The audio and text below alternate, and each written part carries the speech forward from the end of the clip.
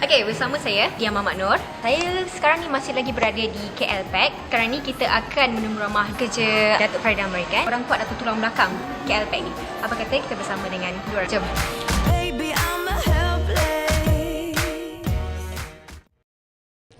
Okay, hai. Okay, sekarang baiklah. Sekarang ni kita bersama dengan Anne. Anne ni dia pengurus pemasaran dan promosi di KL Pack ni. Okay, Anne. Saya nak tanya bagaimana cara, ceritakanlah bagaimana bekerja di bawah Datuk Farida American ni. Bagaimana rasanya? Ceritakan. Datuk Farida American seorang yang workaholic, dia kuat bekerja. At the same time, dia seorang yang sangat kelakar, funny person. Oleh kerana dia punyai banyak pengalaman sebab sebelum ni dia seorang guru, so sehingga sekarang dia seperti seorang guru untuk kami. Dia sentiasa mengajar bagaimana untuk bekerja dengan teratur. Dia seorang yang sangat menjaga orang kata tak boleh lewat, and then disiplin tu yang penting. And then oleh kerana itu kami pun akan terikut dengan cara kerja dia yang sungguh konsisten dan teratur.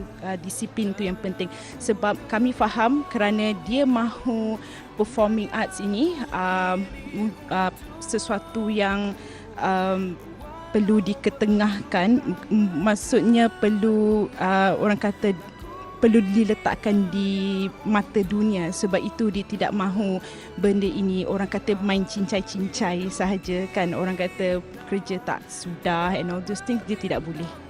Okay, basically ni seronok lah. Banyak pengalaman lah bekerja di bawah Datuk Farida ni. Sangat seronok. Dia sangat seronok sebab hari-hari kita akan belajar benda yang baru. Walaupun kita, dan dia seorang yang kalau tak tahu, you tanya dia dan dia akan sedia menjawab, dan dia akan explain, dia akan terangkan kepada you bagaimana untuk lakukan benda ni, sesuatu benda itu. Dia memang tak tidak lokek dengan pengalaman, tidak lokek dengan ilmu yang dia ada. Dia seboleh mungkin untuk berikan ilmu yang sebanyak mungkin kepada kami. Mungkin bagi dia kami adalah the next generation yang patut dan perlu kami bawa ke hadapan lagi performing arts ini. Oleh itu dia seorang yang selektif. Tak semua orang yang macam, maksud saya, siapa yang dapat bekerja dengan dia sangat, orang kata sangat beruntung kerana dia sangat selektif orangnya. Bila selektif, dia juga seorang penuh perfectionist yang penuh dengan kesempurnaan. Oleh itu kami pun bukannya takut, cuma maksud saya kami kena harus follow prosedur itu supaya benda tu tak cincai lah. Alright. Okay, terima kasih Anne. Okay, kita kembali kepada Syarul dan Aisyah. Kembali mengikuti ruangan Jurnal Icon, ya Aisyah ya? Ya, betul. Bersama dengan Datuk Farida American. Berlokasikan Birmingham City. Hai Man. Bila datang kerja sini, bila-bila tak akan berehat-rehat di tempat-tempat yang cantik-cantik tu untuk mendapatkan inspirasi. Oh my Betul, God. kita Dia, mesti ini mendapat- terbuka untuk orang siapa-siapa nak datang boleh. Ya, Kenapa tu? tak payah dapat permission apa semua. Boleh datang, nak baca buku ke, nak tulis ke, nak dapat inspiration bagaimanapun, bagi makan ikan sana pun boleh. Boleh jadi cameraman, boleh boleh jual tiket. Okey. Boleh jadi usher, boleh jual program.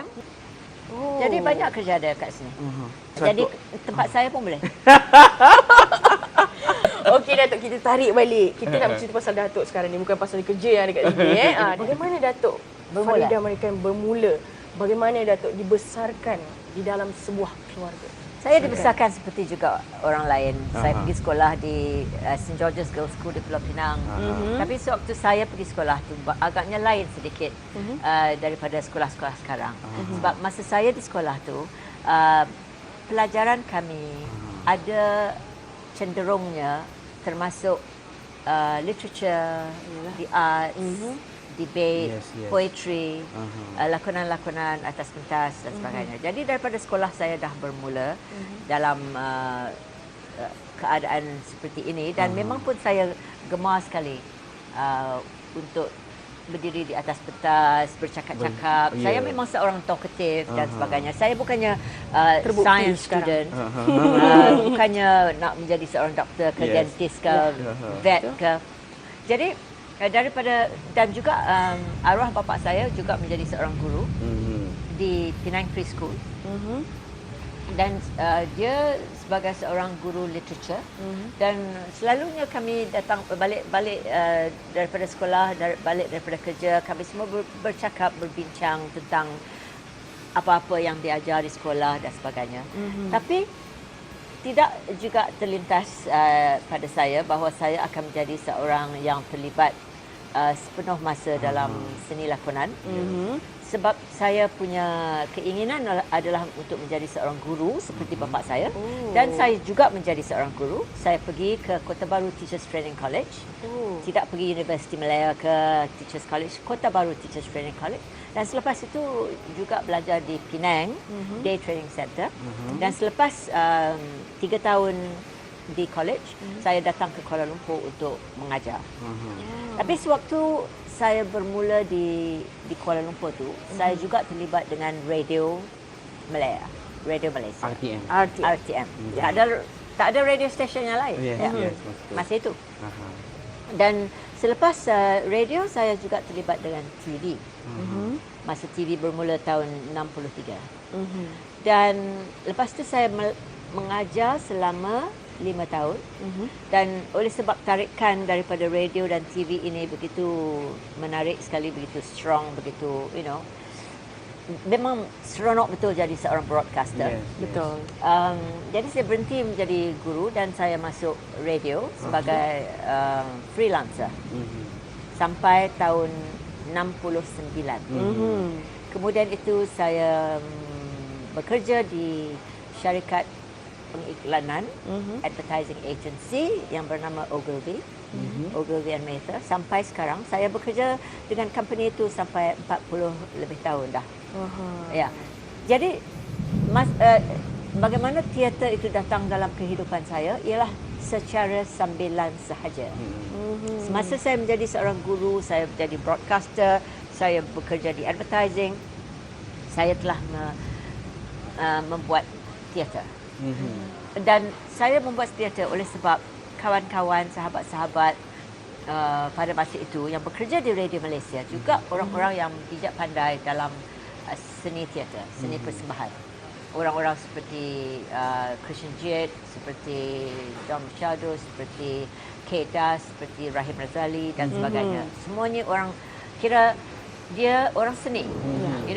Dengan tidak sengaja dia jadi broadcaster juga menjadi terlibat dengan seni. So itulah tarikannya.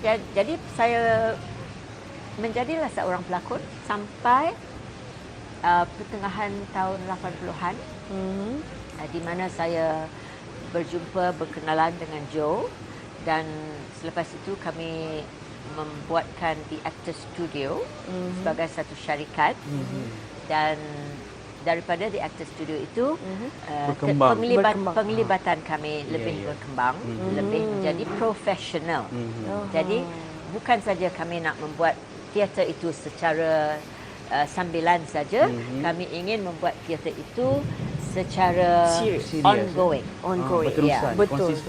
Consistent, ongoing throughout the year, tidak ada terhenti-henti dan consistent. Betul. So kami buatkan The Actors Studio pada tahun 89. Dan kemudian itu kami dirikan The Actors Studio Theatre di Plaza Putra pada tahun 95. Jadi pada waktu itu saya dah tahu bahawa tarikan saya kepada seni persembahan ini amatnya kuat, oleh sebab Joe juga seorang seni yang dapat training daripada Australia, NIDA. Jadi memang gabungan itu menjadi gabungannya mantap. Mantap. Dan saya membuat teater secara experience. Dia membuat teater secara orang yang terpelajar. So we learn from one another. Kami belajar daripada dia belajar daripada saya belajar daripada dia, tapi lebih saya belajar daripada dia lah, sebab dia yang lebih handal kan. Jadi kami buat The Actors Studio at Plaza Putra, kemudian itu The Actors Studio at Bangsa Shopping Centre, kemudian itu The Actors Studio Green Hall di Pulau Pinang, kemudian itu di KLPAC, dan kemudian itu The Actors Studio at Lot 10, Banyak Dan Banyak, kemudian itu Penang Pack Ah. dan kami masih belum berhenti lagi. Kami masih lagi mencari tempat-tempat dan juga gabungan-gabungan dengan sesiapa yang ingin mendirikan tempat-tempat Teater. seni Tempat persembahan, seni persembahan. teater untuk mengadakan teater. Itu dia mula-mula sebagai sambilan apabila bertemu dengan cinta hatinya. Yang seorang pencinta teater secara Terus profesional. lebih mekar gitu. Terus lebih mekar. Ya, Ah, Syara ah. mungkin ada yang nak tanya. Okey Datuk, kalau Datuk tadi cakap teater dekat Malaysia khususnya yang berkisar kepada aktor studio kan. Datuk sendiri lihat bagaimana teater di Malaysia ni sendiri. Adakah dia Perkembangan berkembang? teater di Perkembangan Malaysia. dia macam mana? Puncuk ke? Tak. Memang ada perkembangannya tetapi tidak mendapat Sambutan. sokongan. Sambutan daripada Ya. audience memang ada, kadang-kadang ada, kadang-kadang tidak ada. Sokongan penaja maksudnya? Sokongan Sokongan daripada orang-orang yang tertentu, daripada pihak kerajaan Corporate, ya. yang sangat-sangat important, daripada corporate ada dan juga tak cukup, ya. Daripada pihak kerajaan pun ada tapi tidak mencukupi. Jadi ini semua amat penting Ya. kalau kita nak membuatkan Malaysia ini satu tempat di mana kami boleh berasa bangga dengan seni tempatan. Dan kalau orang tanya datang ke Malaysia nak tengok apa yang ada boleh kami tengok. So we can say teater. Teater ada, di mana-mana pun ada teater. Yeah. Di curug-curug mana pun ada teater, di bandar-bandar mana pun ada teater. Ini sepatutnya yang kita work towards, you know. Ini yang patutnya kita cuba untuk mendapati untuk Malaysia. Tapi memang jauh sangat oleh sebab sokongan tadi yang saya sebutkan itu tidak mencukupi. Sokongan untuk mendapatkan talent memang ada. Memang ada. Ya, betul. Sebab di college, di universiti dah ada faculty Yes. yang train orang untuk dalam seni persembahan. Bidang. Betul. Tapi selepas mereka dah graduate, apa yang akan mereka buat oleh sebab tidak ada infrastruktur yang betul-betul diaturkan. Maka you know, mereka end untuk up jadi teater. kerja lain. Jadi kerja dia lain. end up mendapat kerja lain. I mean, kami telah mendengar macam-macam cerita tapi ini tak sepatutnya terjadi. Sebab kalau kita belanjakan duit untuk nak educatekan our young dengan pelajaran seni, kami juga mesti menyediakan infrastruktur supaya mereka itu diserapkan betul-betul untuk menjalankan apa yang dipelajari. Betul. Kan? Betul. Macam broadcasting juga. Jadi sekarang ni dah banyak broadcasting punya houses kan. Ada macam-macam station dan juga ada YouTube dan sebagainya. Yes. So there is great development. Tapi dalam seni persembahan tidak langsung mencukupi. Ya, itu dia. Tidak. Okey. Pada suatu ketika Datuk Freddy mereka ada menyatakan bahawa teater luar lebih hebat, lebih happening daripada teater Khususnya Malaysia. Singapura. Khususnya Singapura. Jangan jawab lagi. Ya. Jawab selepas. Simpan lagi jawapannya. Selepas ini kita akan dapatkan jawapan daripada Datuk Freddy mereka. Kita akan kembali juga bersama dengan Ilya kejap lagi. Kita nak kembali lagi pada dia. Asyik-asyik idea aja ni. Itulah. Nak tambah. Nak saras awak.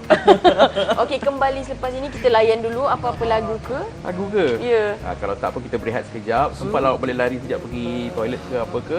Datang balik untuk tonton Channel Icon. Channel Icon. Jangan ke mana-mana.